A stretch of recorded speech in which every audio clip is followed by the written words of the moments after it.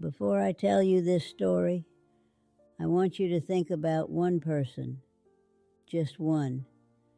Someone you haven't spoken to in a long time. Maybe because of a fight, maybe because of ego, maybe because you thought there was still time. I used to think the same. I thought silence was easier than fixing things. I thought time would soften everything. But time doesn't fix silence.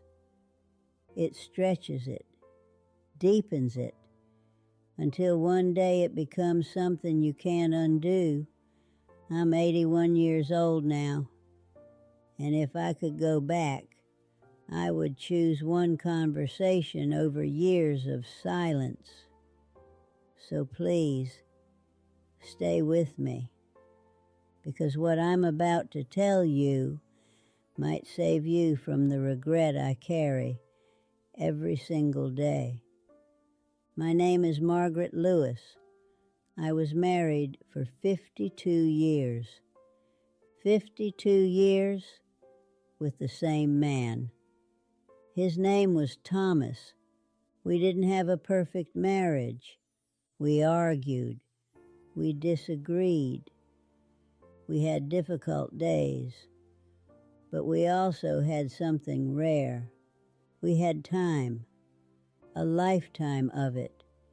We built a simple life together, not rich, not glamorous, but full of small, meaningful moments. Morning tea at the same table, evening walks down the same street, sitting quietly together without needing to say anything. Those were the moments that truly mattered. But when you're living them, you don't realize their value. Thomas had a habit that used to annoy me. Every evening, without fail, he would sit in the same old chair near the window, turn on the radio, and listen to old songs, the same songs, every single day.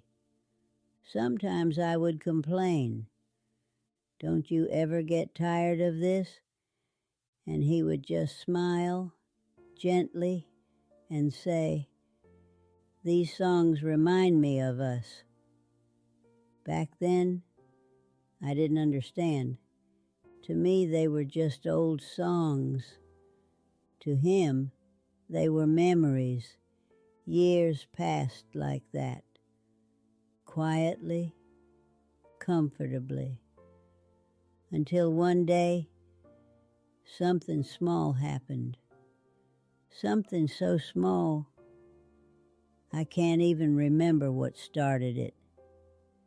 Maybe it was about money. Maybe something in the house. Maybe nothing important at all. But the argument that followed wasn't small. We raised our voices. We said things we didn't mean. We let anger take control.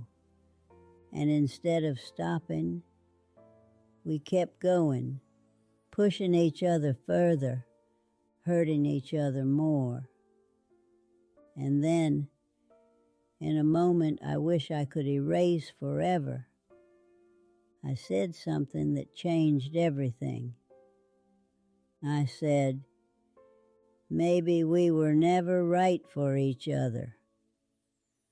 The moment those words left my mouth, I knew I had gone too far, but it was too late.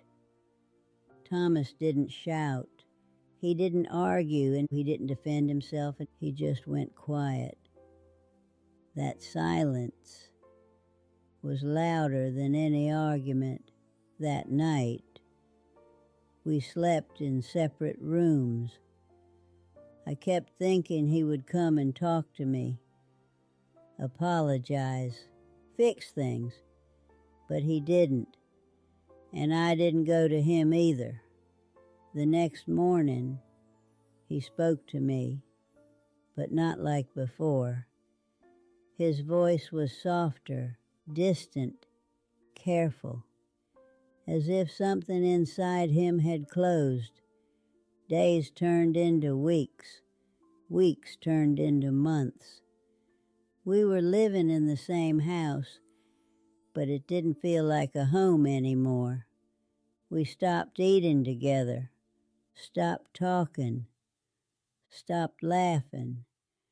Two people sharing the same space, but living completely separate lives. Sometimes I would see him sitting alone, looking out the window, lost in thought, and I knew he was hurting, just like I was. But neither of us said anything because of pride, because of ego, because we thought the other person should take the first step. One evening, I walked past his room. The door was slightly open. He was sitting in his chair, listening to those same old songs. But this time, he didn't look peaceful. He looked tired, lonely. For a moment, I stopped. My hand almost touched the door. I wanted to go in, sit beside him, say his name, tell him I was sorry. But something held me back, pride, and I walked away. That moment became the moment I regret the most, because that was my chance, and I let it go. A few days later, Thomas fell sick. At first we thought it was something small, something that would pass, but it didn't. He grew weaker, slower, and soon he was admitted to the hospital. I remember standing beside his bed, looking at him. The man I had spent my entire life with looked so fragile, so distant, and suddenly everything else felt meaningless. The argument, the silence, the pride, none of it mattered anymore. All I wanted was one more chance to fix things. One night, I finally gathered the courage. I sat beside him, held his hand. His hand felt colder than I remembered, weaker, and I said with a trembling voice, "Thomas, I'm sorry." For a moment, there was silence.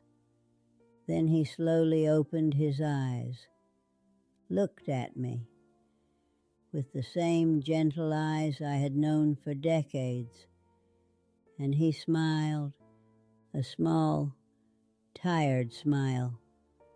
And he said, "I was waiting for you to say that." Those words broke me completely. All those months, all that distance, for nothing.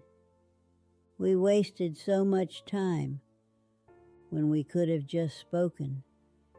That night, we talked for hours like we used to.